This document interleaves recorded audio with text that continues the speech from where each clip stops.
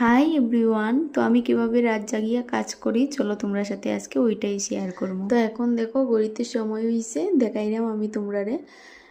এই যে দেখো 11টা 14, রাত্র 11টা 14 বাজে।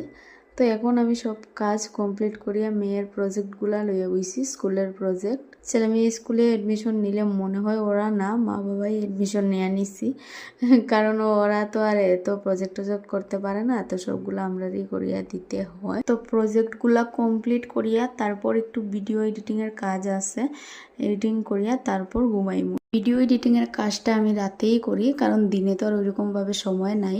সময়ের অভাবে আমি এখন লং ভিডিও খুব কম দেই, কারণ লং ভিডিও এডিটিং করতে অনেক বেশি সময় লাগে। তো রাত্রেবেলা একা একা যেহেতু কাজগুলা করলাম, মনে হইলো তোমার সাথে একটু শেয়ার করি। আর এই যে আমার সব কাজ কমপ্লিট হয়ে গেছে, তো এখন কিন্তু প্রায় রাত 2টা বাজে। কি কইতাম তোমরা রে, গুড নাইট না গুড মর্নিং?